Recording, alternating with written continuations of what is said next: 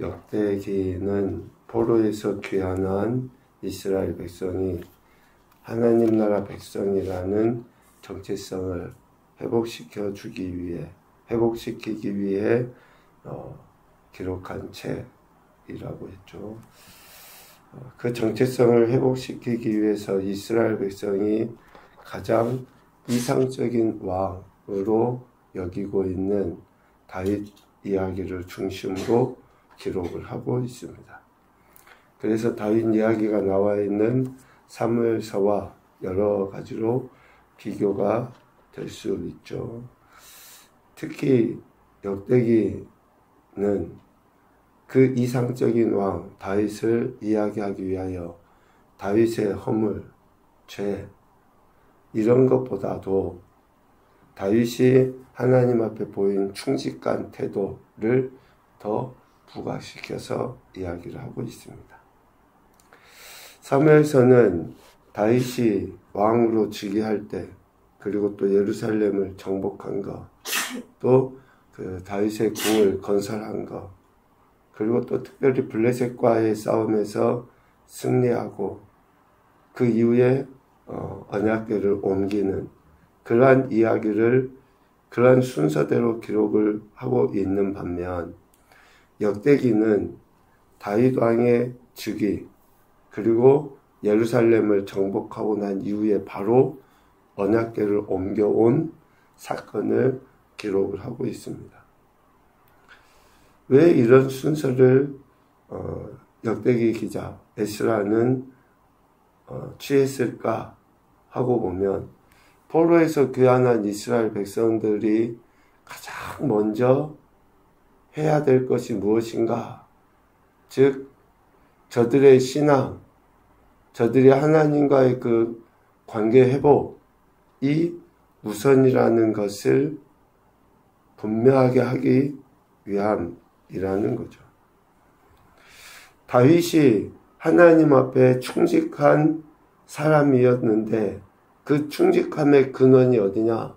하나님과의 관계 회복에서 나온 것이다 라는 것을 포로에서 귀환한 이스라엘 백성들에게 강조하기 위하여 다윗이 왕으로 즉위한 다음 예루살렘을 정복하고 바로 하나님의 언약궤를 옮긴 이 사건을 기록을 하고 있다라는 거죠. 그래서 다윗 왕이 왕으로 등극한 이후에 이스라엘이라는 나라를 이렇게 돌보고 통합 이스라엘의 왕이 된 그러한 어쩌면 일반적인 그 사건, 일들보다 하나님께 대한 그 열심, 하나님께 대한 그 믿음을 초점으로 두고 역대기를 기록하고 있다.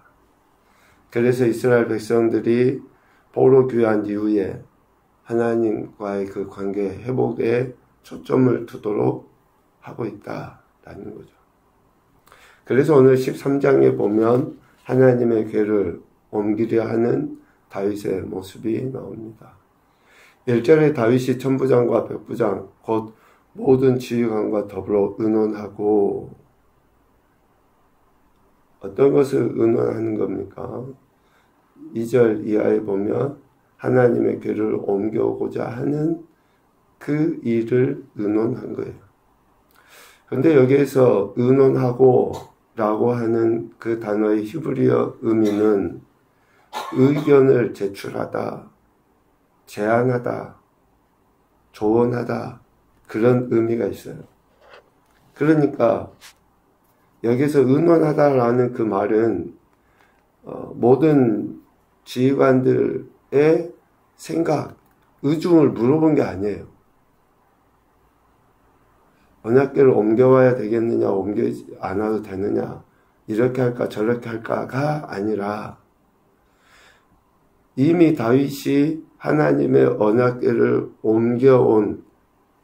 옮겨오기로 결정한 그 사항에 대해 협조를 요구하는 것이라고 하는 것이 원어의 의미에 훨씬 가깝습니다.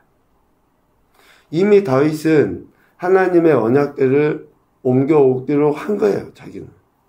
그런데 이 하나님의 언약궤를 옮겨오려 할 때에 다른 군 지휘관들과 함께 이스라엘의 지도자로 세움을 받은 저들과 함께 하기 위하여 그들의 협조를 구한 것이라고 할 수 있죠. 하나님의 궤를 옮겨와야 한다는 것에 모든 지휘관들이 반대할 수 없도록 어쩌면 지혜롭게 고면한 것이다 라고 할 수 있습니다. 그래서 2절에 만일 너희가 좋게 여기고 또 우리의 하나님 여호와께로 말미암았으면 이라고 다윗이 이스라엘에 온 회중에게 이야기를 하는 거예요. 법궤를 옮기기에 앞서서 먼저 자신이 하는 일이 하나님 앞에서 옳은 것이고 또 저들 또한 이 일이 옳다라고 여길 수 있도록 이러한 당위성을 이스라엘 백성들, 회중들에게 이야기하는 것이죠. 이 일이, 즉 언약궤를 옮겨온 일이 옳다라고 하는 것을 회중들이 알 수 있도록 가르친 거예요. 포로에서 귀환한 이스라엘에게 있어서 중심은 예루살렘에 무너져 있는 성 중심이 아니라는 거예요. 하나님의 언약궤, 즉 하나님의 말씀이 저들의 중심이고 저들이 다시 회복될 수 있는 근거가 된다라는 것을 지금 모든 백성들에게 선포한 것이죠. 그래서 이 일을 추진하는 것에 있어서 하나님께서 기뻐하시는 것이라는 것을 이야기를 하는 겁니다. 그랬을 때 4절에 보니까 뭇 백성의 눈이 이 일을 좋게 여김으로 온 회중이 그대로 행하겠다 한지라. 옳은 일이라고 강조한 그 다윗의 의견을 뭇 백성, 즉 온 이스라엘이 받아들인 거예요. 왕이니까 야 우리 이렇게 해, 이렇게 해야 돼, 당신들 이렇게 해야 됩니다 가 아니라 그 옳은 일에 대해서 권면하고 백성들이 그것을 옳은 일로 받아들인. 그러니까 사람들이 다 누구나 독재할 수 있어요. 옳다라고 여기는 것에 대해서 그러니까 이 옳다라고 하는 것을 모든 사람이 받아들일 수 있도록 의논하는, 오늘 표현처럼 제대로 된 권면과 또 깨우침이 있을 때에 실질적으로 행동으로까지 옮겨지죠. 다윗은 자신의 그 계획을 백성들에게 알렸고 백성들이 그것을 옳은 것으로 받아들인 거예요. 그렇게 했을 때에 다윗이 결정한 그 사항이 실질적으로 이루어져 갑니다. 5절 이하에 이에 다윗이 하면서 이제 하나님의 궤를 예루살렘으로 이렇게 옮겨온 그런 일들이 시작이 되는 거예요. 하나님의 궤를 옮겨오는 것은 온 이스라엘이 함께 해야 할 일이에요. 하나님의 궤를 다윗이 옮겨와서 이것이 우리를 인도하는 하나님의 말씀이고 신이다 라고 만약에 다윗의 독단적인 행동이었다 그러면 많은 사람들이 수긍하지 않을 수도 있죠. 그런데 옮겨올 때부터 한 마음으로 한 뜻으로 하나님의 궤, 하나님의 말씀이라고 인정이 될 때에 어때요? 옮겨온 이후에도 아무 문제 없이 하나의 공동체로 세워져 가게 되는 것이죠. 왜 하나님의 교회를 옮겨오려 했습니까? 우리가 쉽게 넘어갈 수 있는데 3절 말씀이 참 중요합니다. 우리가 우리 하나님의 교회를 우리에게로 옮겨오자 사울 때에는 우리가 교회 앞에서 묻지 아니하였다 라고 이야기해요. 하나님의 교회를 옮겨와야 될 핵심적인 이유를 이야기해요. 이미 사울은 실패했잖아요. 그런데 사울이 왜 실패한 거예요? 교회 앞에서, 즉 하나님의 말씀, 하나님께 묻지 아니하고 행한 것이 사울의 실패라는 것을 지금 이야기하고 있어요. 왕으로 세움받고 이스라엘의 통합 이스라엘의 통치자로서 감당해야 될 다윗이 행하고자 했던 그 핵심의 이유. 그래서 이제 포로에서 귀환한 이스라엘 백성들이 이전에 실패했던 사울과 같이 아니하고 다윗과 같이, 즉 하나님께 묻고 하나님의 뜻대로 행하도록 하기 위해서 언약궤를 옮겨야 된다. 그러니까 다윗이 행했던 것이 지금 100년, 150년 더 지난 이후에 그러한 행태들. 이제 포로에서 귀환한 이후에요. 그러니까 이렇게 하나님의 말씀과 관계없는 저들, 이전에 그 세대의 실패를 다시 저들이 하지 않도록 하기 위해서, 그래서 하나님의 언약궤를 메고 옮겨오기로 한 거죠. 그런데 보면 처음에 하나님의 언약궤를 예루살렘으로 옮겨오려 할 때 실패한 내용이 나옵니다. 9절부터 13절까지 말씀에 보면 언약궤를 모셔오는데 실패를 하죠.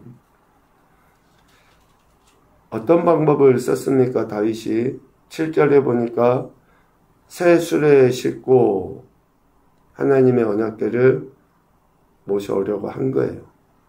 그런데 이러한 다윗의 행동은 하나님의 율법에 위배되는 행동이죠. 민수기 7장 9절에 보면 레위인, 그것도 고앗 자손들이 어깨에 메고 하나님의 언약궤를 옮겨야 돼요. 그런데 새 수레에 실어요. 이 새 수레에 실었다라고 하는 그 행태는 이방 사람들, 특별히 블레셋 족속이 자신들의 신을 움직일 때에 썼던 방식이에요. 블레셋 사람들이 자신들의 신, 다곤을 움직일 때, 운반할 때에 사용하는 방법이 새 수레에 싣는 거예요. 이러한 방법으로 하나님의 언약궤를 옮기는 거예요. 의도는 좋죠. 그런데 방법이 틀려요. 방법이 틀렸는데 틀린 방법대로 열심을 해요. 8절 말씀 봐보십시오. 새 수레에 하나님의 궤를 메고 이렇게 쭉 하면서 8절 다윗과 이스라엘 온 무리는 하나님 앞에서 힘을 다하여 뛰놀며 노래하며 수금과 비파와 소고와 재금과 나팔로 연주하니라. 8절 말씀만 보면 어때요? 대단히 열심이고 믿음적인, 믿음으로 표현했을 때 대단하잖아요. 힘을 다하여 자신들의 인간적인 방법, 어쩌면 세속적인 생각, 이것을 우리의 기도로도 바꿔볼 수 있지 않을까라는 생각이 드는데, 내 육신의 것을 위해서 열심히 기도해요. 틀렸잖아요. 그런데 방법이. 그 틀린 방법을 하나님은 그대로 내버려 두시지 않죠. 9절에 소들이 뛴으로 웃사가 손을 펴서 괴를 붙들었다. 세상적인 방법으로 하려고 하는 그러한 계획이 실패합니다. 하나님의 말씀, 하나님의 방법대로 하지 않을 때에 실패가 나타나는데 오늘 본문에 보면 크게 세 가지로 주어져요. 첫 번째는 하나님의 진노하심으로 말미암아 생명을 잃을 수도 있어요. 10절. 매우 심각하죠. 생명을 잃을 수도 있어요. 영의 생명, 육의 생명. 두 번째는 12절이에요. 하나님을 경외하는 것이 아니라 두려움의 대상으로 여겨요. 우리는 하나님을 경외하는 거하고 하나님 두려워하는 거하고 다르다고 알잖아요. 하나님을 경외하는 게 아니라 하나님을 두려움과 공포의 대상으로 여기게 돼요. 우리가 하나님의 말씀대로 하는 방법대로 하지 않을 때. 그리고 세 번째는 13, 14절에서 이야기하는 것처럼 하나님의 은혜와 복을 받을 기회를 놓치게 돼요. 하나님의 은혜와 복을 빼앗겼던 하나님의 궤를 도로 찾는다, 옮겨온다. 대단히 선한 의도잖아요. 그런데 그 일을 행함에 있어서 방법이 옳지 않는 거예요. 이방신을 섬기는 것과 같은 방법으로 섬기는 것, 행하는 것. 잘못된 방법임에도 불구하고 옳지 않다고 함에도 불구하고 열심을 내서 한다고 하는 것은 결국 이 세 가지의 어쩌면 심판으로 나타날 수 있어요. 죽은다든지 두려워한다든지 받아야 할 복을 받지 못하는 그런 실패들로 나타나기도 해요. 그러니까 늘상 내가 지금 하고 있는 것이 하나님 말씀의 기준이 돼서 하고 있는지 점검해야 되고, 선한 의도면 선한 방법으로 하고 있는지, 잘못된 방법으로 하고 있음에도 목적 자체가 틀렸음에도 불구하고 열심을 내고 있는 그런 어리석은 것은 아닌지, 좀 이런 것들을 말씀 묵상을 통해서 우리 자신을 점검을 해야 되는 거죠. 첫 번째 교훈입니다. 하나님의 일은 한 마음과 한 뜻으로 이루어져야 한다.